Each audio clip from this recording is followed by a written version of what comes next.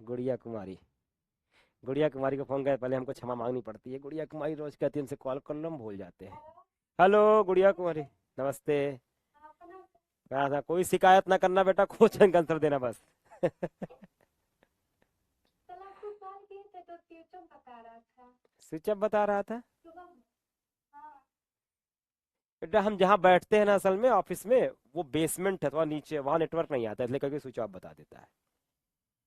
ठीक वही नंबर है। फिर कभी शाम को करोगी ना 6 बजे तक, जब घर चले जाते हैं तो हो सकता है कॉल लगे, ठीक है, इसलिए कोई दिक्कत नहीं। चलो बेटा क्वेश्चन आंसर पूछे गुड़िया। Yes sir. सही। बताओ बेटा सेंट्रल डोगमा क्या होता है। उन्हीं का ड्रोन क्रिक वैज्ञानिक ने एक सिद्धांत दिया जिसे हम सिद्धांत कहते हैं। यह सिद्धांत किसी लक्ष्य की अभिव्यक्ति बताता है। जैसे हम्म। इसके अनुसार डीएनए से आरएनए से राइबोसोम की सहायता से प्रोटीन का निर्माण होता है। हाँ वेरी और गुड। डीएनए ठीक है। डीएनए से आरएनए का बनना अनुलेखन कहलाता है और आरएनए से प्रोटीन का निर्माण होना अनुवादन कहलाता है। ठीक है बेटा वेरी गुड। अच्छा ये बताओ कि डीएनए प्रतिकृति में कौन कौन से एंजाइमों की आवश्यकता होती है। डीएनए लाइगेज और 3 नंबर होता है प्राइमेस।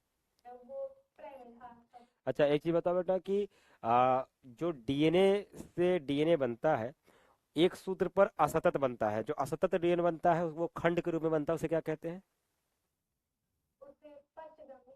नहीं, सूत्र का नाम तो पश्चिगामी है, उस डीएनए खंड को क्या कहते हैं। ओकाजाकी खंड कहते हैं, वेरी गुड। अच्छा अब ये बताओ कि एवरी मैककार्टी और मैक्लियोड नाम के 3 वैज्ञानिकों ने एक प्रयोग किया था, वो प्रयोग क्या था। वो ग्रेफिक का उपयोग कोई दोबारा तो होता था। हम्म, प्रोटीन लाइपेज डीएनए और आरएनए की एक एक अनुपातिक पर हाँ प्रयोग किए थे जिसके अंतर्गत जैसे प्रोटीन के अनुपातिक का प्रयोग हो रहा है तो वो हम समझ गए तो बेटा, ठीक। एक समझ गए, वेरी गुड, सही बता रही हो। ठीक है। अच्छा अब ये बता, हाँ हाँ, ये बता बेटा न्यूक्लियोटाइड में नाइट्रोजनी क्षार किस कार्बन पर होता है और किस बॉन्ड से जुड़ा होता है।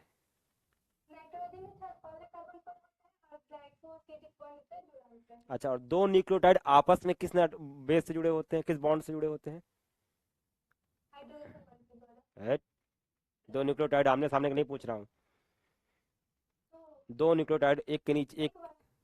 एक ऊपर है एक नीचे है, बताओ एक ही सूत्र पर। अच्छा तो नाइट्रोजन अरे नाइट्रोजन, नाइट्रोजन बॉन्ड। ये नाइट्रोजन बॉन्ड तो हमने आज तक पढ़ाया ही नहीं, कौन सा बॉन्ड है तुमने नया निकाल दिया। क्या आप पूछ रहे हैं? देखो ये एक न्यूक्लियोटाइड है और एक दूसरा न्यूक्लियोटाइड है। मैं तुमसे पूछ रहा हूँ कि एक ही सूत्र पर दो न्यूक्लियोटाइड है, ये दोनों आपस में जुड़े हुए हैं, किस बॉन्ड से जुड़े हुए हैं। बताओ ये दोनों आपस में जुड़े हुए हैं। Phosphodiester bond. हाँ तो ये बताओ ना बिटिया, कहाँ नाइट्रोजन बॉन्ड ला रही हो, नया नया बॉन्ड बना दे रही हो। अच्छा आमने सामने का किससे जुड़ा होता है, एक इसके सामने है। ये हाइड्रोजन बॉन्ड। हाँ तो ऐसे बता बेटिया, तुम तो एकदम नए नए बॉन्ड खोज दे रही हो। ठीक है।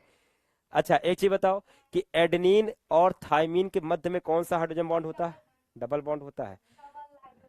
अच्छा अब तुम इसका आंसर दो कि एक डीएनए में थाइमीन की मात्रा 25% है, तो साइटोसिन कितना होगा। साइटोसिन 25%। 25%, very good. ठीक।